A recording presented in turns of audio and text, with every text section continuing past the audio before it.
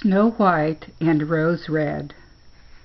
A poor widow once lived in a little cottage with a garden in front of it, in which grew 2 rose trees, one bearing white roses and the other red. She had 2 children who were just like the 2 rose trees. One was called Snow White and the other Rose Red, and they were the sweetest and the best children in the world, always diligent and always cheerful. But Snow White was quieter and more gentle than Rose Red. Rose Red loved to run about the fields and meadows and to pick flowers and catch butterflies. But Snow White sat at home with her mother and helped her in the household, or read aloud to her when there was no work to do. The 2 children loved each other so dearly that they always walked about hand in hand whenever they went out together, and when Snow White said, "We will never desert each other," Rose Red answered, "No, not as long as we live." And the mother added, "Whatever one gets, she shall share with the other." They often roamed about in the woods gathering berries, and no beast offered to hurt them. On the contrary, they came up to them in a most confiding manner. The little hare would eat a cabbage leaf from their hands. The deer grazed beside them. The stag would bound past them merrily, and the birds remained on the branches and sang to them with all their might. No evil ever befell them. If they tarried late in the wood, and night overtook them, they lay down together on the moss and slept till morning, and their mother knew that they were quite safe and never felt anxious about them. Once, when they had slept in the night in the wood, and then had been awakened by the morning sun, they perceived a beautiful child in a shining white robe sitting close by them. The figure got up, looked at them kindly, but said nothing, and vanished into the wood. And when they looked round about them, they became aware that they had slept quite close to a precipice, over which they would certainly have fallen had they gone on a few steps further in the darkness. And when they told their mother of this adventure, she said what they had seen must have been the angel that guards good children. Snow White and Rose Red kept their mother's cottage so beautifully clean and neat that it was a pleasure to go into it. In summer, Rose Red looked after the house, and every morning before her mother awoke, she placed a bunch of flowers before the bed, from each tree a rose. In winter, Snow White lit the fire and put on the kettle, which was made of brass, but so beautifully polished that it shone like gold. In the evening, when the snowflakes fell, their mother said, "Snow White, go and close the shutters." And they drew round the fire while the mother put on her spectacles and read aloud from a big book, and the 2 girls listened and sat and span. Beside them on the ground lay a little lamb, and behind them perched a little white dove with its head tucked under its wings. One evening, as they sat thus cosily together, someone knocked at the door as though he desired admittance. The mother said, "Rose Red, open the door quickly. It must be some traveler seeking shelter." Rose Red hastened to unbar the door, and thought she saw a poor man standing in the darkness outside. But it was no such thing, only a bear, who poked his thick black head through the door. Rose Red screamed aloud and sprang back in terror.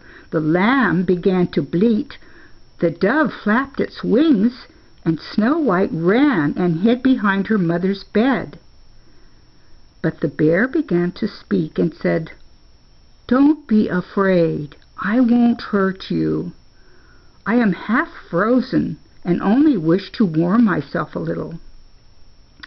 "My poor bear," said the mother, "lie down by the fire. Only take care you don't burn your fur."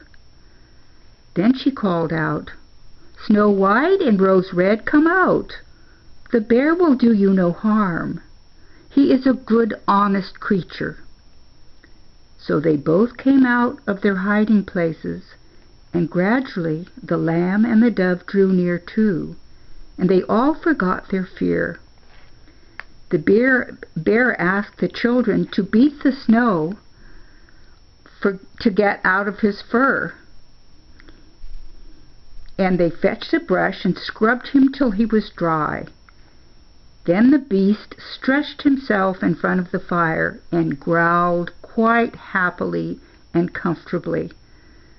The children soon grew quite at ease with him, and led their helpless guest a fearful life. They tugged his fur with their hands, put their small feet on his back, and rolled him about here and there, or took a hazel wand and beat him with it, and if he growled they only laughed. The bear submitted to everything with the best possible good nature. Only when they went too far he cried, "Oh, children, spare my life! Snow White and Rose Red, don't beat your lover dead." When it was time to retire for the night and the others went to bed, the mothers said to the bear, "You can lie there on the hearth in heaven's name. It will be shelter for you from the cold and wet." As soon as the day dawned, the children let him out, and he trotted over the snow into the wood. From this time on, the bear came every evening at the same hour, and lay down by the hearth, and let the children play what pranks they liked with him. And they got so accustomed to him that the door was never shut till their black friend had made his appearance.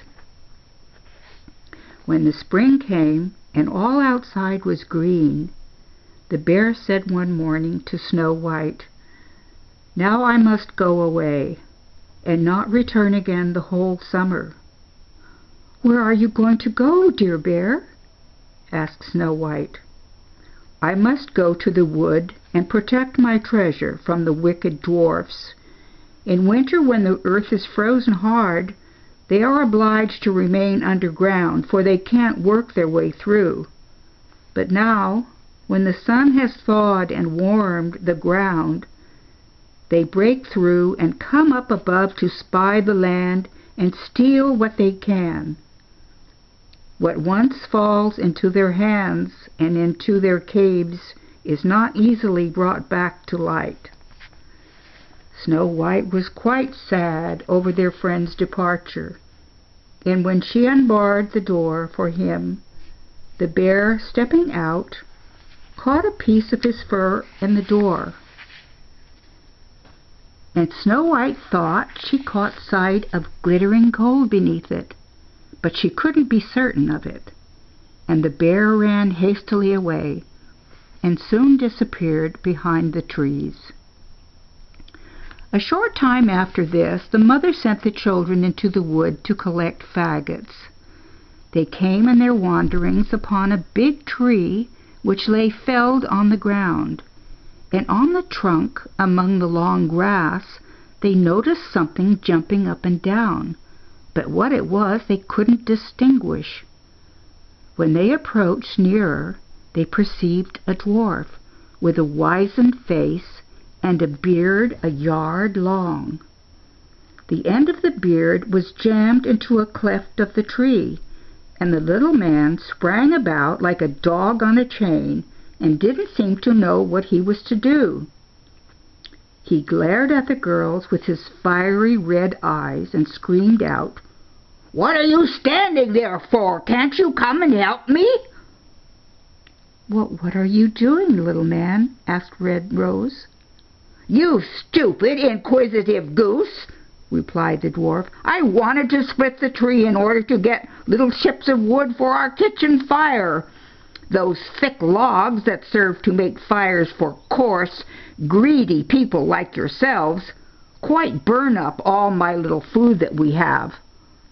I had successfully driven in the wedge, and all was going well, but the cursed wood was so slippery that it suddenly sprang out, and the tree closed up so rapidly that I had no time to take my beautiful white beard out.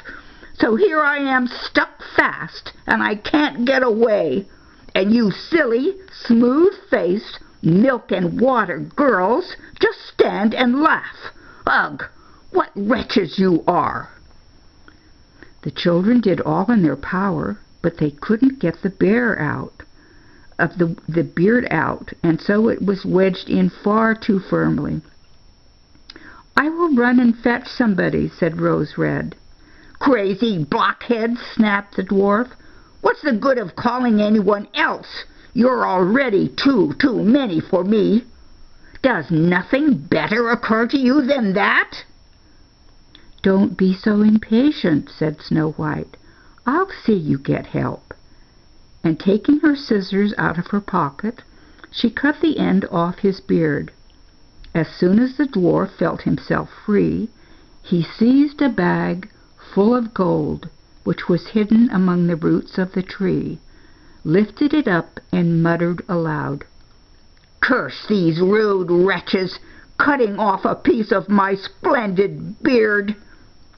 With these words he swung the bag over his back and disappeared without as much as looking at the children again. Shortly after this, Snow White and Rose Red went out to get a dish of fish. As they approached the stream, they saw something which looked like an enormous grasshopper springing towards the water as if it were going to jump in. They ran forward and recognized their old friend the dwarf. "Where are you going to?" asked Red Rose. "You're surely not going to jump into the water."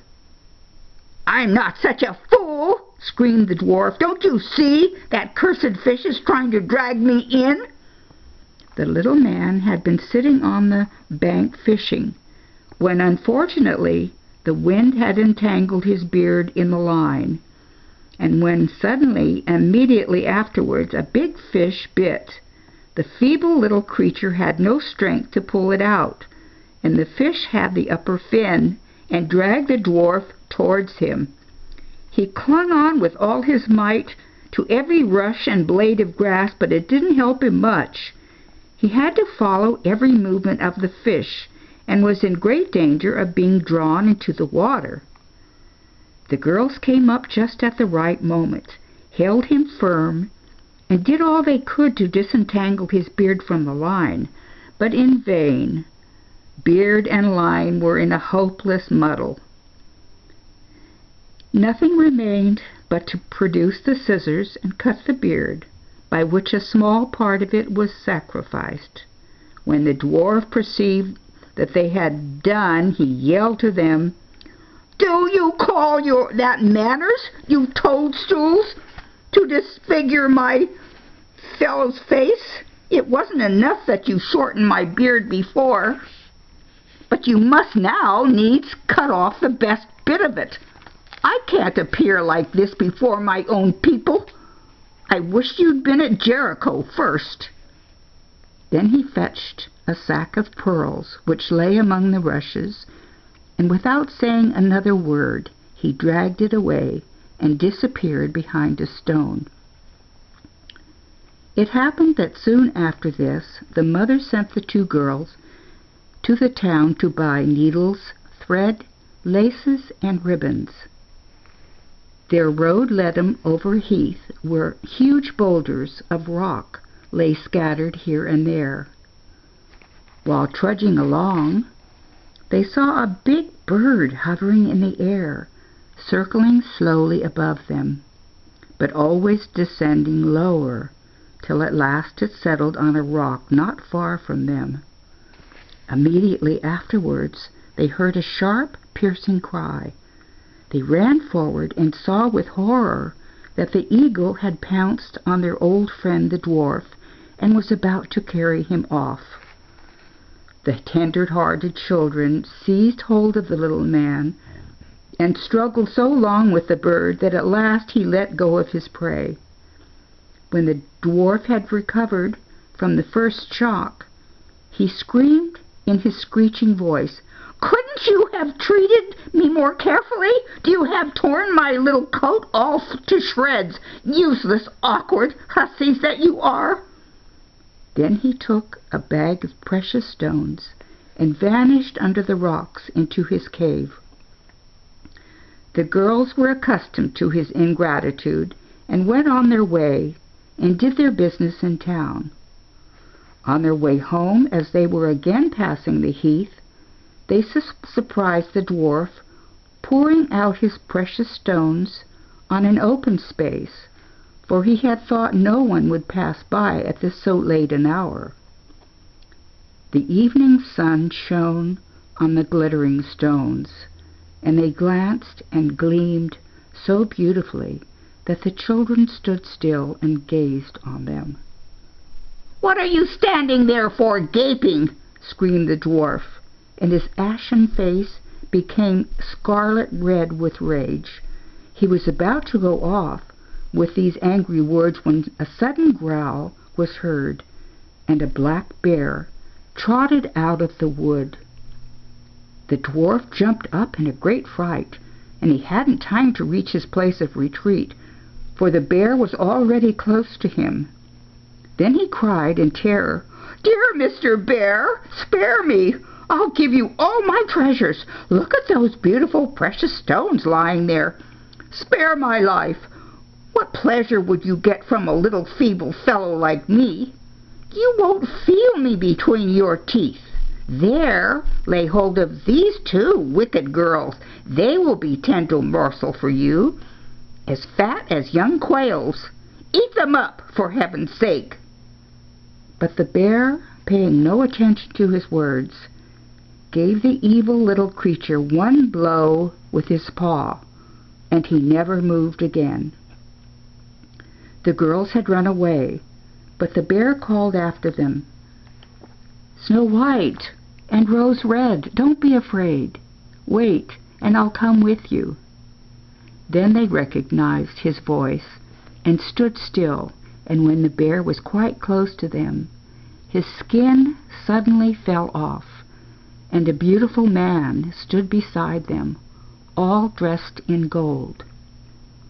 "I am a king's son," he said, "and have been doomed by that unholy little dwarf who had stolen my treasures to roam about the woods as a wild bear till his death should set me free. Now he has got his well-merited punishment." Snow White married him, and Rose Red his brother, and they divided the great treasures the dwarf had collected in his cave between them. The old mother lived for many years peacefully with her children, and she carried the two rose trees with her, and they stood in front of her window, and every year they bore the beautiful red and white roses.